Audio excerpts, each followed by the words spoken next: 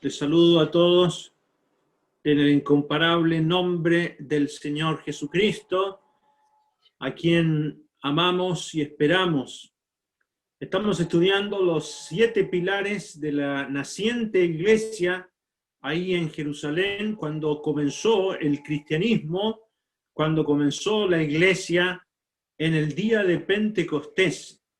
Desciende el Espíritu Santo y forma la iglesia tal como el Señor lo había dicho: edificaré mi iglesia. Y sucedió algo notable en el discurso, la predicación que hizo el apóstol Pedro en ese día. Se convirtieron 3.000 personas. Vamos a leerlo en Hechos capítulo 2, versículo 41. Hechos 2, 41, dice allí: así que los que recibieron su palabra, ahí está la primera columna, la conversión, fueron bautizados. Ahí está la segunda columna, el bautismo cristiano por sumersión y inmersión. Y se añadieron aquel día como 3.000 personas. Ahí está el pertenecer a una iglesia local, la tercera columna. Y luego en el verso 42, perseveraban en la doctrina de los apóstoles, número 4, en la comunión unos con otros, número 5, el partimiento del pan, número 6, y en las oraciones. Ese verbo perseverar en el verso 42 es insistir persistentemente, asirse, tomarse de algo, y que solamente un verdadero creyente puede hacerlo. Aquí no es perseverar para ser salvos. Aquí perseveran los que ya son salvos. Los realmente convertidos se sujetaron a la enseñanza apostólica, a la doctrina de los apóstoles, y luego la comunión unos con otros, el deseo de ver el bienestar de todo el pueblo de Dios, y en sexto lugar, como vamos a ver hoy día, en el partimiento del pan. Esta expresión, el partimiento del pan, es muy significativa. En el texto original, el artículo que está ahí como del, en el texto original es en el partimiento de el pan, realmente expresando un pan en especial apartado, pues no era una comida común y corriente, era una característica del cristianismo naciente de aquel entonces, y se ve que era una actividad que hacían regularmente los creyentes, y ya vamos a ver el día en que lo hacían. Nos dice el verso 46 también: y perseverando unánimes cada día en el templo y partiendo el pan en las casas. En los dos textos, tanto en el 42 como en el 46, esa palabra partiendo es quebrando el pan. Y era un pan común y corriente. La palabra griega es la palabra artos, que era un pan sin levadura, un pan sencillo. No hay ninguna ordenanza particular respecto a que el pan fuese un pan que usaban como lo hacía en la fiesta de la Pascua los judíos, un pan sin levadura. Era un pan común y corriente.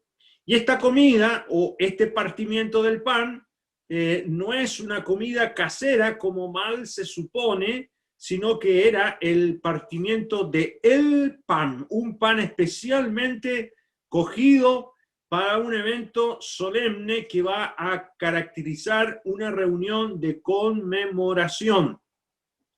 Y vamos a aprender de esta reunión de conmemoración que se va a llamar la Cena del Señor. Ya vamos a ver el texto donde aparece mencionado como tal. Y es interesante que el partimiento del pan o la Cena del Señor tiene su enunciado en los evangelios. Ahí está el enunciado. El Señor lo enunció, tiene su práctica aquí en los Hechos de los Apóstoles, cómo se llevó a cabo, y tiene su doctrina en 1 Corintios capítulo 10 y capítulo 11. Ahí están las tres cosas, las tres verdades, su enunciado, su práctica y su doctrina, la cena del Señor o el partimiento del pan. Generalmente en las denominaciones este asunto lo celebran a su antojo, una vez al mes, cada 3 meses, una vez al año, y con la presencia de algún pastor o alguna autoridad, iniciando él el partir el pan y tomando la copa como autoridad en esos eventos. No vemos en las Escrituras, vemos que esto era algo muy común de todo el pueblo de Dios, sin necesariamente la presencia de una autoridad.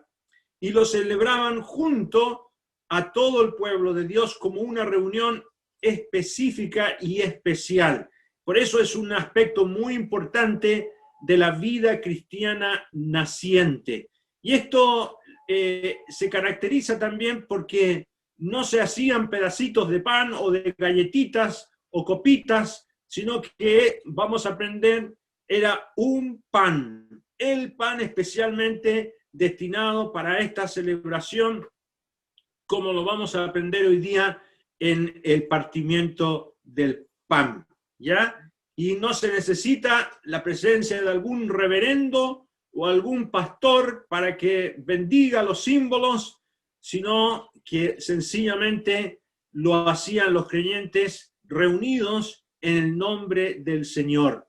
Vamos a aprender estos aspectos y vamos a ver qué nos enseña la palabra del Señor.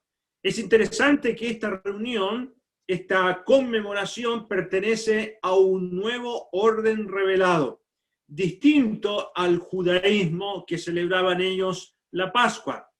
El sábado judío quedó atrás y aparece el primer día de la semana. La Pascua judía quedó atrás y aparece la cena del Señor.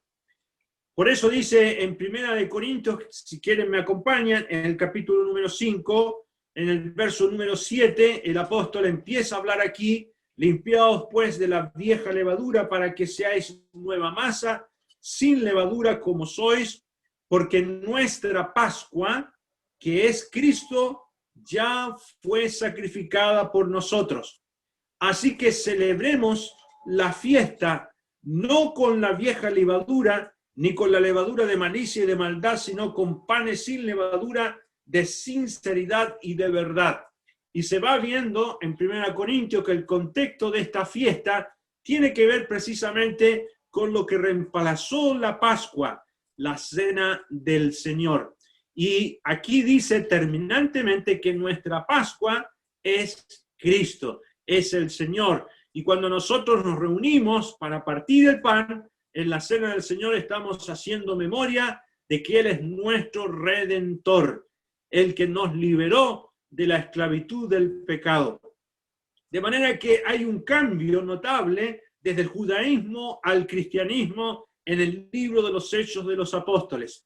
El diezmo judío quedó atrás y aparece la ofrenda voluntaria de la iglesia.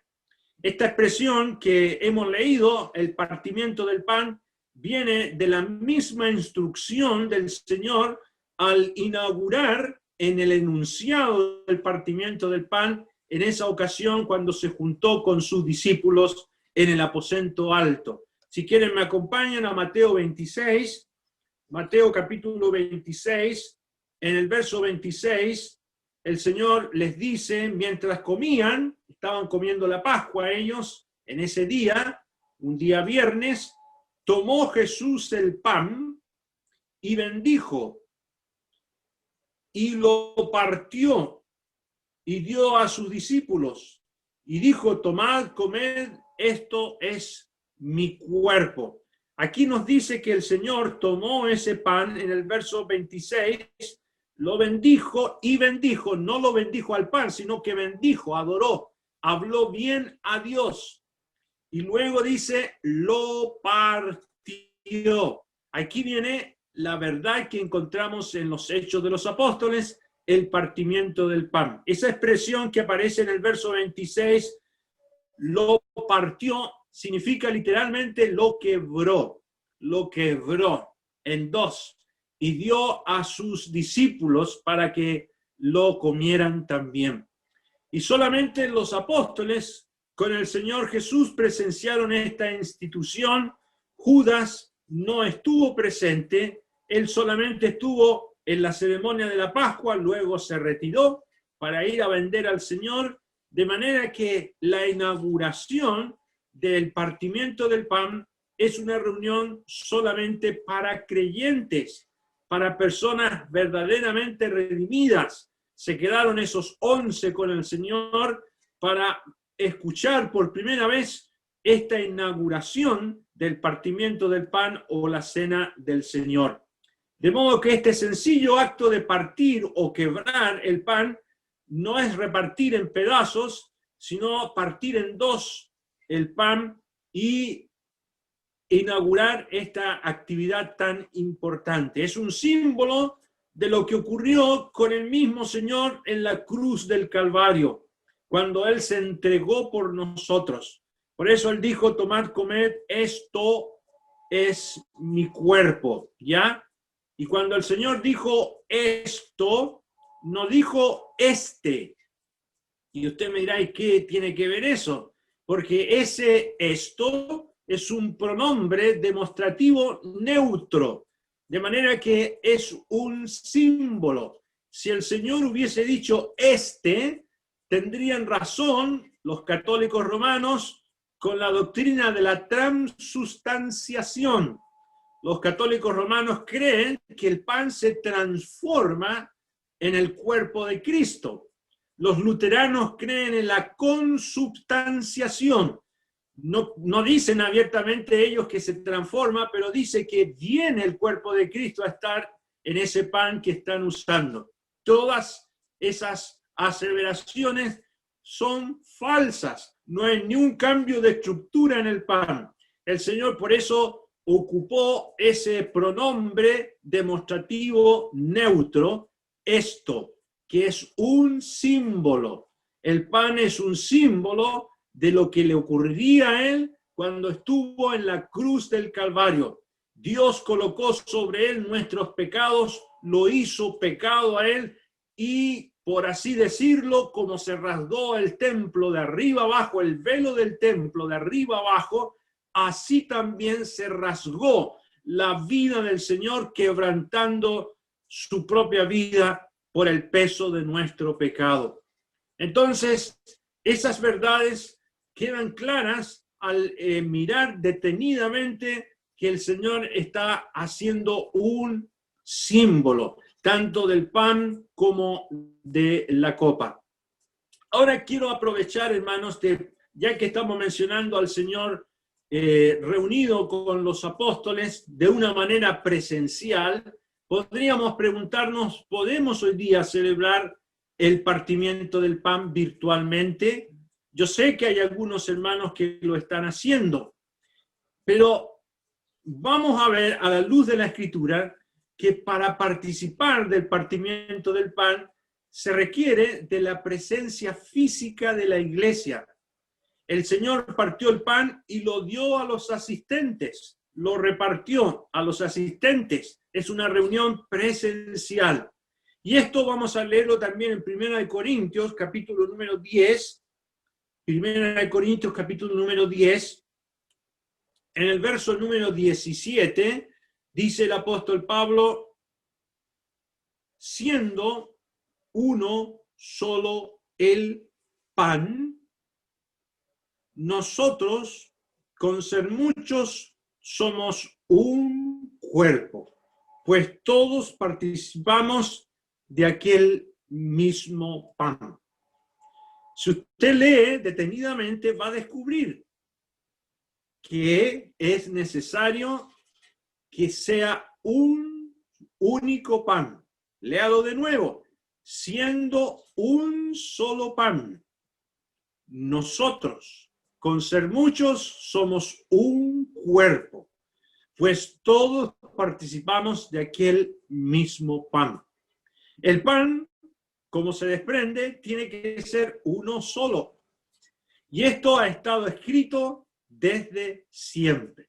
Así que si usted tiene dudas respecto si está bien celebrar virtualmente el partimiento del pan, Si usted tiene un pan ahí en su casa, yo tengo mi pan y todos los que estamos acá tenemos nuestro pan, ¿sería un solo pan? No sería un solo pan. Aquí dice textualmente un solo pan.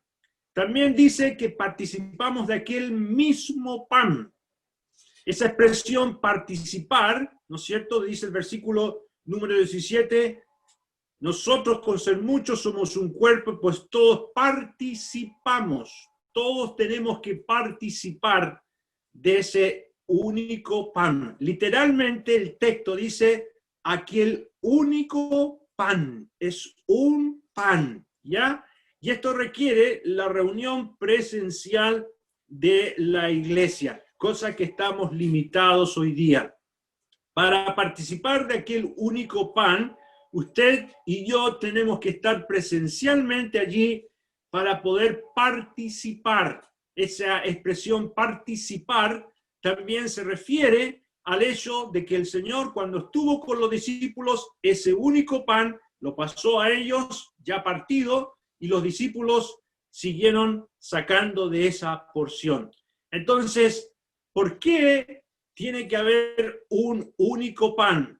Porque simboliza, en primer lugar, el cuerpo molido y herido del Señor, pero también simboliza a la iglesia. Mire el verso 17 nuevamente, pues todos, dice, con ser muchos somos un cuerpo. Nosotros también estamos representando la unidad del cuerpo.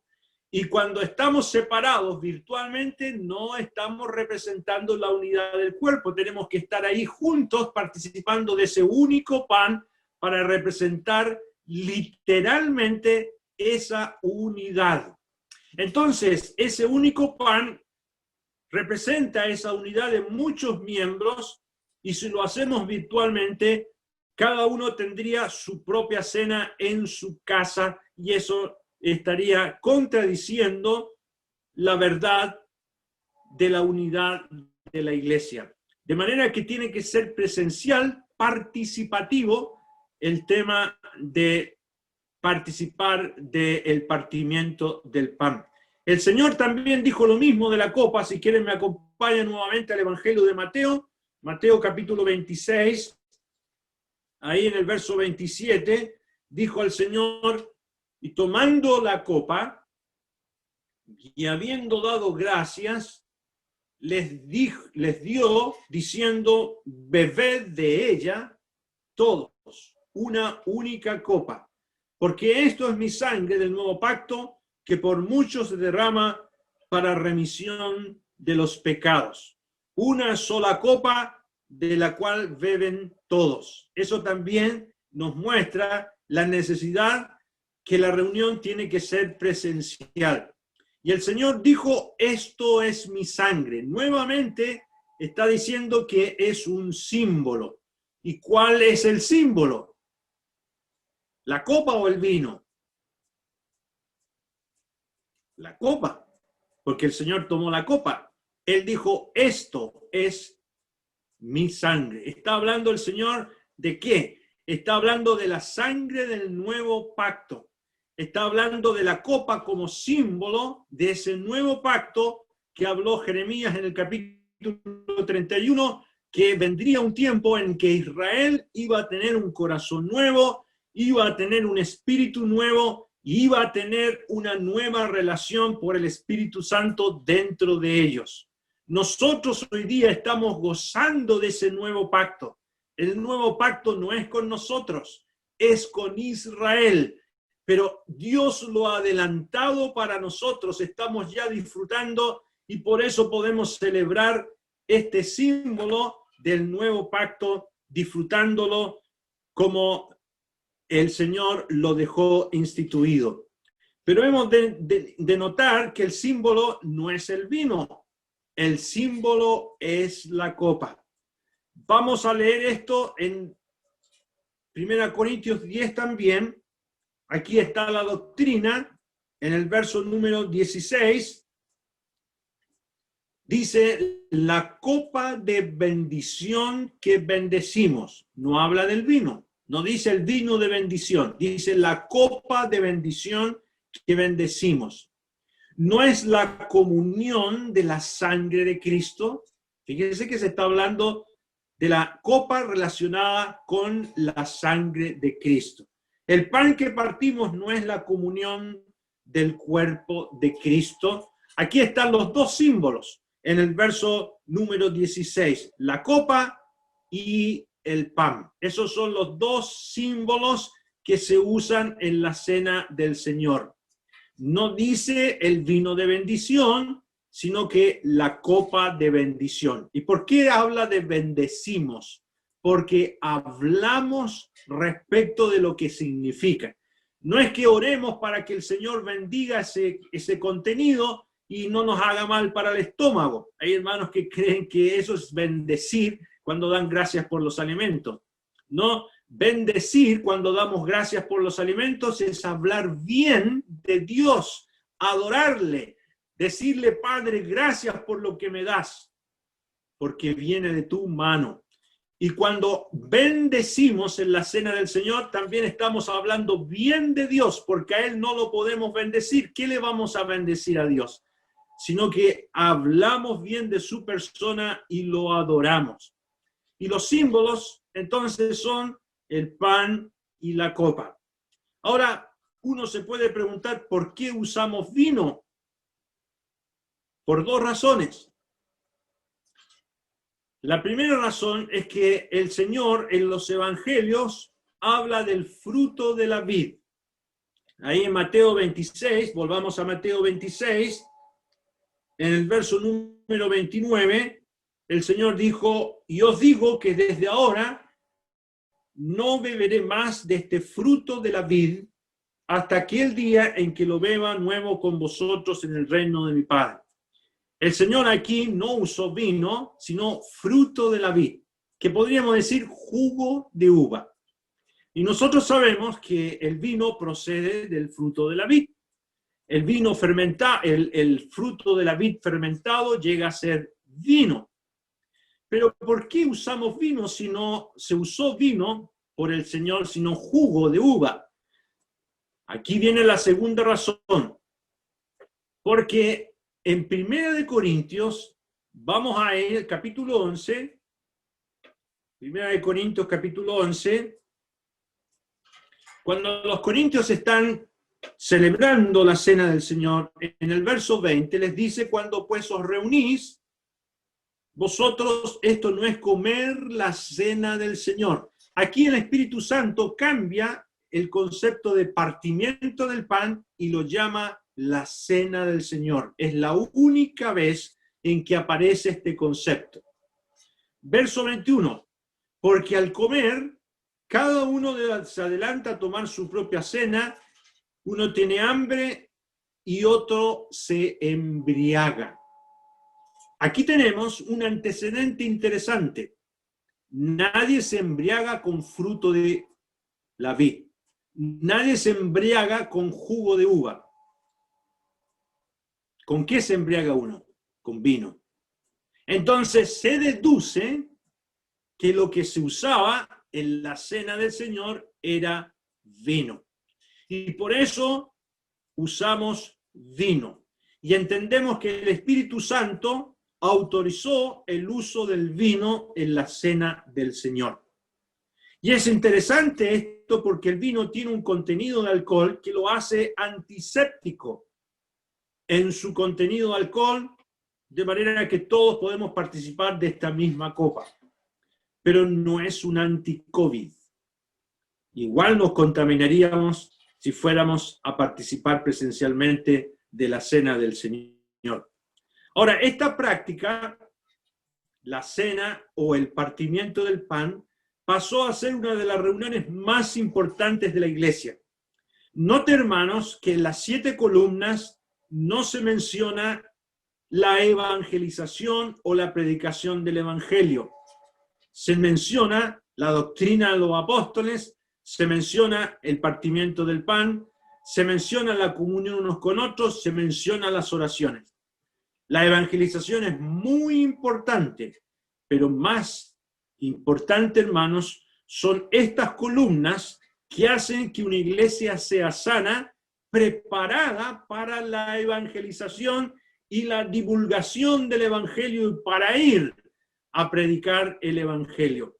Recuerden que el Señor, cuando escogió a los apóstoles, ¿para qué los escogió? Para que estuvieran con Él y para enviarlos a predicar. La primera ordenanza por la cual el Señor escogió a esos 12 apóstoles es para que tuvieran comunión con Él y luego para enviarlos a predicar. Y por eso el partimiento del pan era una reunión tan importante de adoración y comunión íntima con el Señor. Se realizaba cada primer día de la semana.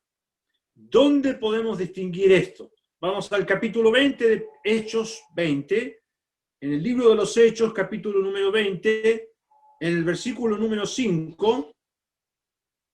Aquí Pablo va viajando hacia Troas, y esto, habiéndose adelantado, unos nos esperaron en Troas, dice ahí, y nosotros, pasados los días de los panes sin levadura, navegamos de Filipos, y en 5 días nos reunimos con ellos en Troas, donde nos quedamos 7 días. Mire qué importante esto, se quedaron ahí 7 días. ¿Y por qué?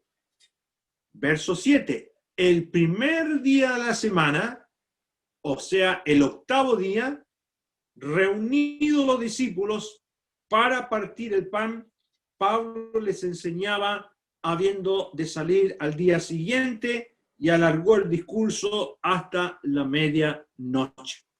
Aquí tenemos, hermanos, en este versículo 7, que ese primer día de la semana es el día 8º.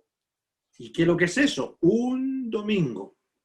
Vamos a leer esta expresión en Juan, capítulo número 20. Acompáñenme al Evangelio de Juan, capítulo número 20. El Señor apareció a los discípulos, Tomás no estaba, el primer día de la semana. Nos dice aquí, en el capítulo 20, en el verso 19, cuando llegó la noche de aquel mismo día, el primero de la semana, estando las puertas cerradas en el lugar donde los discípulos estaban reunidos por miedo de los judíos, vino Jesús y puesto en medio les dijo, paz a vosotros. Aquí el Señor apareció un primer día de la semana a los 11 o a los 10 apóstoles, porque Tomás no estaba. En el verso 24 dice, pero Tomás, uno de los 12 llamado Dido, no estaba con ellos cuando Jesús vino. Y en el verso 26 dice 8 días después. O sea, 8 días después del primer día de la semana es otro domingo. Estaban otra vez sus discípulos dentro y con ellos Tomás. Llegó Jesús estando las puertas cerradas y se puso en medio y les dijo, paz a vosotros. De manera, hermanos, que es muy interesante que del 7º día pasamos al 8º día. Es un cambio de economía del judaísmo al cristianismo. El primer día de la semana corresponde a nuestro domingo en nuestro calendario gregoriano. El día en que resucitó el Señor, un primer día de la semana. Leámoslo también en Marcos 16. En Marcos 16, el versículo número 9, dice, habiendo pues resucitado Jesús por la mañana, el primer día de la semana, apareció primeramente a María Magdalena, de quien había echado 7 demonios. Y aquí sabemos por este texto que a la primera persona que apareció el Señor fue a una mujer. Un primer día de la semana, a María Magdalena. Y esto ocurrió, hermanos, muy de mañana. Pasados los sábados, el primer día de la semana. De hecho, literalmente en el griego, la expresión primer día de la semana significa pasados los sábados. ¿Ya? Los adventistas del 7º día insisten que el Señor resucitó un sábado, porque dicen que en el texto original, en el griego, esa expresión primer día de la semana significa sábados, pasados los sábados. Sí, es cierto, Pero pasado los sábados, el octavo día es un domingo. No se vayan a confundir, ¿ya? Un día especial de resurrección. Y es el día, además, en que la iglesia recoge las ofrendas eclesiásticas. Vamos a leerlo en 1 Corintios capítulo 16, verso número 1. 1 Corintios 16, verso 1 dice: en cuanto a la ofrenda, ahora ya no es el diezmo, la ofrenda para los santos, haced vosotros también de la manera que ordené en las iglesias de Galacia. Cada primer día de la semana, cada uno de vosotros ponga aparte algo según haya prosperado, guardándolo, para que cuando yo llegue no se recojan entonces ofrendas. Aquí tenemos que ese día, además, el partimiento del pan se hacía en el primer día de la semana y era el día en que se recogían las ofrendas. No era necesariamente durante la reunión de la Cena del Señor. Los creyentes tenían todo el día para traer sus ofrendas, ¿ya? Y por eso en muchas iglesias separamos el partimiento del pan del momento de la ofrenda. Hay hermanos que piden un himno ahí para hacer una separación de la Cena del Señor ya terminada y luego la ofrenda que se recoge ese primer día de la semana. Y es muy bueno que lo hagamos después de la Cena del Señor, porque allí es la reunión en que estamos presentes, la mayoría de los creyentes que están formalmente recibidos en la iglesia. No se hace en otro día de la semana, sino solamente en este octavo día o el primer día de la semana. Y esa ofrenda es la que recoge la iglesia para el mantenimiento de sus establecimientos, los locales, para todos los gastos que hay que incurrir, para el cuidado de los hermanos necesitados, como también para los hermanos que trabajan a tiempo completo en la obra del Señor. No significa, hermanos, que no podamos ofrendar en otro día en forma privada para alguna necesidad. También se puede hacer como se aprecia en las Escrituras. Pero en cuanto a las reuniones, la única reunión en que se recogen la ofrenda era después de la Cena del Señor. Ahora, la Cena del Señor, como vimos, es un título dado por el Espíritu Santo a ese evento del partimiento del pan, como lo vimos ahí en 1 Corintios 11:20. ¿Y por qué se llama la Cena del Señor? Algunos también han discutido que tiene que ser en la noche, porque se llama cena. O si no, tendríamos que llamarlo desayuno del Señor, me dijo un hermano y me discutía, tiene que ser en la noche, no en la mañana. Hermano, la expresión cena no significa una comida nocturna. Esa expresión es un símbolo de comunión. Por ejemplo, en Apocalipsis capítulo número 3, cuando el Señor se presenta a la iglesia de la Odisea, en el verso número 20, dice: he aquí, yo estoy a la puerta y llamo. Si alguno oye mi voz y abre la puerta, entraré a él y cenaré con él y él conmigo. ¿Qué está diciendo el Señor? ¿Que va a venir a la noche? No. Está diciendo que quiere tener comunión. Entraré a él y cenaré con él. Tendré comunión, una comunión íntima con esa persona. Lo mismo ocurre con la Cena del Señor. Se ocupa el concepto cena para expresar comunión con el Señor y además le pertenece a él ese evento. Y es muy bueno que se realice en la mañana, tal como el Señor apareció a sus discípulos el primer día de la semana, muy de mañana. Y esta reunión, esencialmente, hermanos, es una reunión para adorar. Y la Biblia nos dice que Dios el Padre busca adoradores que le adoren en espíritu y en verdad, como dice Juan 4:23. Y esa verdad se realiza en forma especial en la cena del Señor. Ahora, es lamentable, hermanos, como leímos en 1 Corintios, capítulo número 11, que los creyentes ahí estaban teniendo junto con la cena del Señor una comida llamada ágape. Se embriagaban, se adelantaban, algunos comían más que otros, y era un desorden. Volvamos ahí, 1 Corintios 11, en el capítulo 11 de 1 Corintios, y el verso 21, el apóstol tiene que decirles, porque al comer cada uno se adelanta a tomar su porción, su propia cena, uno tiene hambre y otro se embriaga, pues no tenéis casas en que comáis y bebáis o menospreciáis a la iglesia de Dios y avergonzáis a los que no tienen nada. ¿Qué os diré? ¿Os alabaré? En esto no os alabo. Y aquí el apóstol Pablo les está diciendo que tienen que sacar esa práctica de los ágapes, que era muy común en ese tiempo. Vamos a leerlo también en el libro de Judas. Antes de Apocalipsis está Judas, en su único capítulo 1, y en el verso número 12 nos habla de esos ágapes.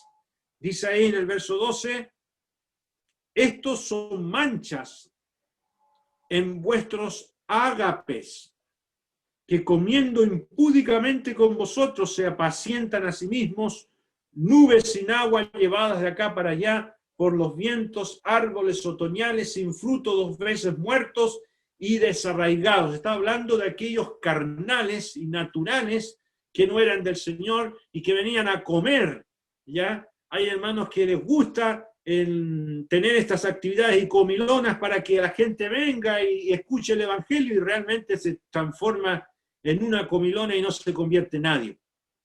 No, eso no lo hagamos nunca. Aquí tenemos que el apóstol les dice, no, eso no los alabo.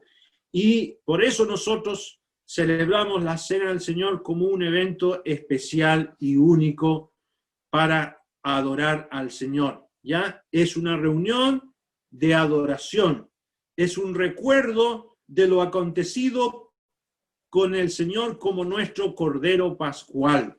Por eso, Pablo en la doctrina que enseña, vamos a nuevamente 1 Corintios, capítulo 11, en el verso 24 nos va a decir, en el verso número 23, porque yo recibí del Señor, esto lo recibió directamente el apóstol Pablo, lo que también os he enseñado, que el Señor Jesús la noche que fue entregado tomó pan. Él lo celebró de noche, evidentemente. Y habiendo dado gracias, lo partió y dijo, tomad, comed, esto es mi cuerpo, que por vosotros es partido. Haced esto en memoria de mí. Asimismo tomó también la copa después de haber cenado y diciendo, esta copa es el nuevo pacto en mi sangre, haced esto todas las veces que la bebieres en memoria de mí. Así pues, todas las veces que comieres este pan y bebieres esta copa, la muerte del Señor anunciáis hasta que Él venga. Y esto, hermanos, es lo que hacemos, una reunión de conmemoración. Tenemos un espacio de adoración previo a los símbolos. Hacemos memoria recordando de su hermosa persona. No es un funeral en memoria de un muerto. Es recordar a una persona que está viva. Y recuerden, hermanos, el Padre dijo que busca adoradores que le adoren en espíritu y en verdad. El Señor, hermanos, no viene a la cena del Señor a escuchar himnos. Él viene a escuchar adoraciones, corazones redimidos, fervientes, que adoren, que le digan al Padre de su Hijo lo que Él hizo. Esa es una adoración, hablar de su persona y su obra redentora. Y la adoración debe girar en torno a su persona. No es un momento para orar por necesidades, ni por la salvación de almas. Es para adorar a la gloriosa persona del Padre por la obra de su amado Hijo. Y miren el verso 26 aquí en 1 Corintios 11. Así pues, todas las veces que comieres este pan y bebieres esta copa, la muerte del Señor anunciáis. Anunciamos su muerte. Saben, hermanos, que una vez en Chile asistió un inconverso a presenciar la cena del Señor, y ese inconverso después siguió asistiendo a las otras reuniones y se convirtió. Y le preguntaron los hermanos, ¿usted cómo se convirtió? Y él dijo, yo me convertí en la cena del Señor. ¿Y por qué? Porque todos los hermanos que se levantaban a adorar hablaban de la cruz de Cristo, anunciaban su muerte. Y eso me impactó mucho en mi corazón y yo me di cuenta que no era salvo. Y ese hombre se convirtió en una cena del Señor. De manera, hermanos, que tenemos que anunciar la muerte del Señor. Hemos de hablar de su sacrificio redentor. Pero además, dice el verso 26, hasta que Él venga. ¿Y qué es lo que significa eso? Que anunciamos su pronto regreso, que estamos expectantes de su venida. Y esto, hermanos, realmente es maravilloso. La reunión del partimiento del pan o la cena del Señor es un evento memorial, conmemorativo de la muerte del Señor en espera de su regreso. Ahora, la manera en que se debe realizar el partimiento del pan tiene su orden. Lo primero que vemos es que había un horario establecido. Vamos a Mateo 26, en el verso número 20, dice, cuando llegó la noche, se sentó a la mesa con los 12, estaba ahí el Señor, esperando ese momento solemne con sus apóstoles. Ya ellos, Juan y Pedro, habían preparado el Cordero Pascual y en ese momento el Señor con sus apóstoles se acercó para comenzar en ese horario establecido para disfrutar la cena del Señor. ¿Ya? Y ese lugar era un lugar preparado. Vamos a leerlo en Lucas capítulo 22. Dice también ahí en Lucas 22, en el verso número 8, nos dice que Jesús envió a Pedro y a Juan diciendo, id, preparadnos la Pascua para que la comamos. Ahí va Pedro y Juan. Ellos dijeron, ¿dónde quieres que la preparemos? Él dijo, aquí, entrar en la ciudad, os saldrá al encuentro un hombre que lleva un cántaro de agua y seguidle hasta la casa donde entrare. Y decida al padre de familia de esa casa. El maestro dice, ¿dónde está el aposento donde ha de comer la Pascua con mis discípulos? Entonces él os mostrará un gran aposento alto, ya dispuesto, preparad aquí.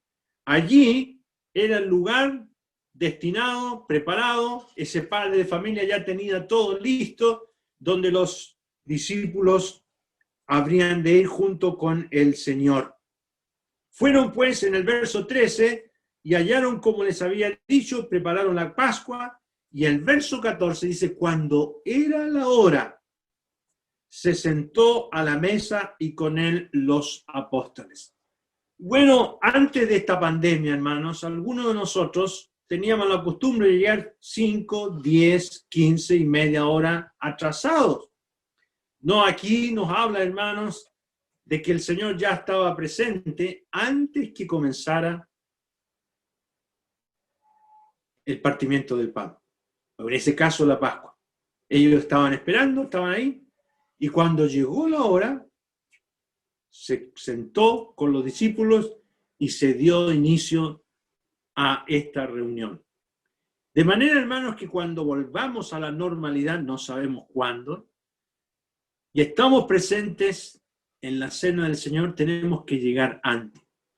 Y hay razones muy prácticas, hermanos, para escoger un himno apropiado,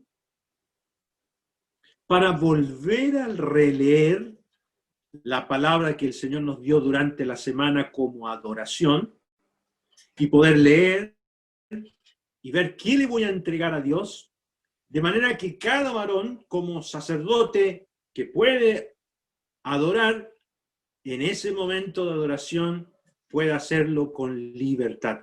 Y hermanos, ustedes van a ver que va a ser hermosísimo ese tiempo de adoración. Ahora podemos hacerlo virtualmente, la adoración, sí lo podemos hacer, hermanos. No tenemos ningún impedimento para hacer un devocional de adoración sin los símbolos. Eso no está prohibido por el Señor. Lo podemos hacer y podemos empezar ya a prepararnos de cómo tiene que ser la cena del Señor. Todos en ese evento asistencial y presencial de participación, rodeando los símbolos, estamos adelantando, hermanos, lo que va a ser nuestra gran reunión celestial cuando estemos en la presencia del Señor. ¿Dónde aparece eso? Apocalipsis capítulo número 4. Miren lo que dice el libro de Apocalipsis capítulo número 4. Aquí describe el apóstol Juan su visión celestial cuando él es transportado en su espíritu al cielo, y dice que vio un trono establecido. Y en el verso 4 dice, y alrededor del trono había 24 tronos, y vi sentados en los tronos a 24 ancianos vestidos de ropas blancas con coronas de oros en sus cabezas. Indudablemente, hermanos, estos 24 ancianos representan el sacerdocio de la iglesia, y a la iglesia redimida, sentado en tronos con coronas, ya pasó por el tribunal de Cristo y ya fue evaluada. Y estos 24 ancianos que representan a la iglesia, nos dice en el verso 10, los 24 ancianos se postran delante del que está sentado en el trono, o sea, el Padre, y adoran al que vive por los siglos de los siglos, y echan sus coronas delante del trono, diciendo, Señor, digno eres de recibir la gloria, la honra, el poder, porque tú creaste todas las cosas, y por tu voluntad existen y fueron creadas. De manera que, ¿cuál es la actividad de la iglesia representada por estos 24 ancianos? La adoración. En el capítulo 1, capítulo 2, capítulo 3 de Apocalipsis, la iglesia se menciona 19 veces.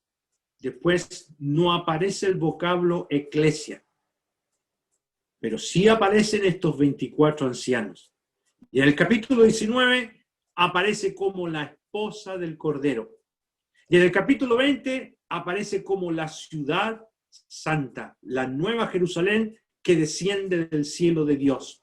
La iglesia, los 24 ancianos, la esposa del Cordero y la ciudad celestial. ¡Qué maravilloso, hermanos! Todo eso representa a la iglesia. ¿Y cuál va a ser nuestra actividad? La adoración, hermanos. Y qué hermoso que en la cena del Señor estamos adelantando aquello. Capítulo 5 de Apocalipsis. En el verso número 14. Los 4 seres vivientes decían amén, y los 24 ancianos se postraron sobre sus rostros y adoraron al que vive por los siglos de los siglos. Nuestra gran actividad, hermanos, como adoradores. Y hoy día, en esta vida, en la cena del Señor, hermanos, tenemos que practicar nuestra actividad fundamental como adoradores. Es verdad que uno puede adorar en cualquier parte, pero hay una forma especial, hermanos, que tiene que ver con la cena del Señor. Los que sirven a la ley, dice el libro de Hebreos, no tienen derecho a este altar. Capítulo 13. Nosotros tenemos derecho a este altar de adoración, donde traemos frutos de labios, Hebreos capítulo 13, que confiesan su nombre, y adoramos al Señor de corazón y con toda libertad como redimidos. Y ese va a ser nuestra gran adoración, hermanos, cuando lleguemos al cielo. Y nosotros vamos a poder adorar de esta manera al Señor allí en el mismo cielo. Muy bien, hermanos, vamos a terminar con una oración. Amado Padre, te damos gracias, nuestro Dios, porque tú nos has dejado, nuestro Dios, cómo podemos serte agradables. Tu palabra nos enseña esta reunión tan especial que es la cena del Señor o el partimiento del pan, como lo hacían los primeros discípulos cuando formaste la iglesia. Oh nuestro Dios, anhelamos poder volver a congregarnos como iglesia para participar de este evento tan hermoso, la cena del Señor con los símbolos. Mientras tanto, Señor, esperando en tu voluntad, queremos equiparnos para ser mejores creyentes, para hacer como conviene lo que a ti te agrada. Y Padre, debemos confesar también que si tú nos has privado de participar de la cena del Señor, es porque no estábamos bien como creyentes. Realmente nuestro Dios ha sido una disciplina para todos nosotros, nuestro Dios, este tiempo de examen, de ver qué es lo que a ti no te agradaba, nuestro Dios.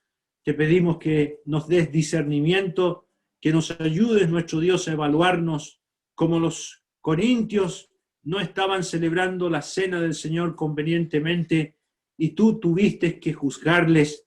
Algunos estaban enfermos y otros ya habían partido a tu presencia porque comían indignamente la cena del Señor. Nuestro Padre, te pedimos perdón por tanta cosa mala que hay en nuestro corazón y también en nosotros, nuestro Dios. Por eso pedimos que nos ayudes a descubrir aquello que no te agradaba, para que cuando volvamos podamos participar solemnemente y dignamente de esta reunión tan hermosa. Queremos quedar en tu presencia, nuestro Dios, en el nombre precioso del Señor Jesucristo. Amén. Amén.